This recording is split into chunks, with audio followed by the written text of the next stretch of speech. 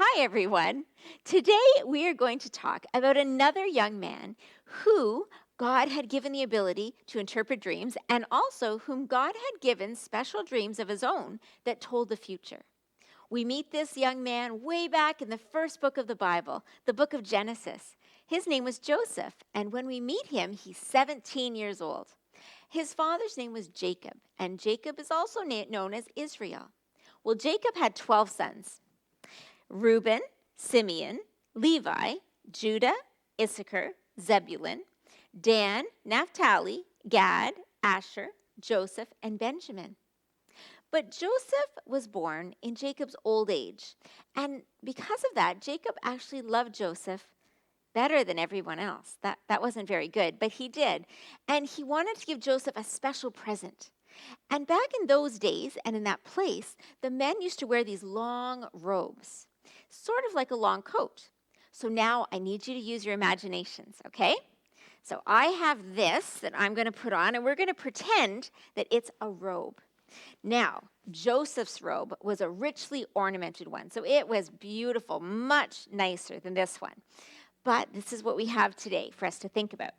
So his robe was gorgeous. And you know what? Anytime anyone saw Joseph walking around with this robe, they knew that this robe said, look at my son. Look, he is so important to me.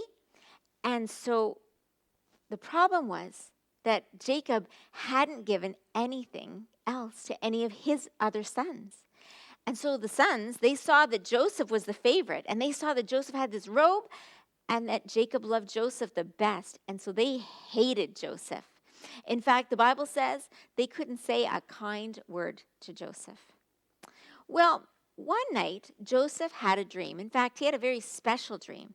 And the next day, he told it to his brothers. He said, "Last night I had this dream, and I dreamt that we were in the fields, and we were gathering up bundles of grain. And all of a sudden, my bundle stood straight up, and your bundles were all around me, and your bundles bowed down to my bundle." Well, when the brothers heard that, they were not happy at all. They looked at Joseph and they said, "What? Do you really think that you are going to rule over us? Do you really think that we are going to bow down to you?" And they hated him even more than they had before. Well, then Joseph had another dream, and he told this dream to his brothers as well. He said, "Oh my goodness, I've had another dream. This time I dreamt that the sun and the moon, 11 stars, guess what? Bowed down to Joseph." Well, he told his dream to his father as well, and his father said, "What kind of dream is that?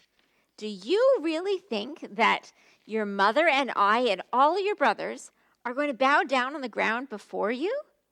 Well, his brothers became so jealous of him, but Jacob, he kept this thing in his mind and he kept thinking about it. Well, time passed, and Jacob's family were actually shepherds. And so one day, the brothers, they had taken the flocks to a place near Shechem for the flocks to graze. They had been gone a while, and so Jacob said, "Joseph, come here. Can you go and check on your brothers and just see how the flocks are doing, how they are doing, if they need anything?" And so Joseph said, "Sure." So off he went. Well, he got to Shechem, and he looked around, and he looked around, and he couldn't find them anywhere. Well, he was wandering around the fields, and a man saw him and said, "What are you looking for?" And Joseph said, "Well, I'm looking for my brothers and my father's flocks. They were grazing here, and I don't know where they are now." Well, the man said, "Oh, I know where they are. They left here already." He said, "I heard them say something about going to Dothan." So Joseph went off to Dothan, and then in the distance he saw them. Well, his brothers saw Joseph in the distance too. And they said, "Oh, look, there's that dreamer. You know, we have a really good idea. I think we should kill him Let's get rid of him once and for all. We'll kill him and we'll throw his body into this cistern. The cistern was a big hole in the ground that used to hold water. And we'll throw his body in the cistern and we'll say that a wild animal attacked him and killed him. And you know what? Then we'll see what becomes of his dreams. Well, Reuben, the oldest brother, he heard what they were saying and he didn't want to do that. So he came up with a plan to save Joseph. And so he said to his brothers, "Aw, let's not kill him. Let's just throw him in the cistern and we'll just leave him here in the desert." Well, Joseph came and his brothers were so angry and so jealous. They grabbed him and they took off his robe and they took Joseph and they threw him into an empty cistern.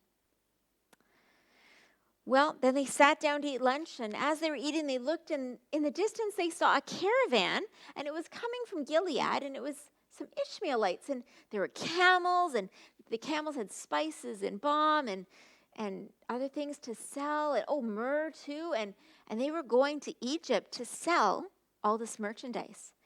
And Judah, another one of Joseph's brothers, he said, "Hey guys, if we kill Joseph, what are we going to get? Nothing.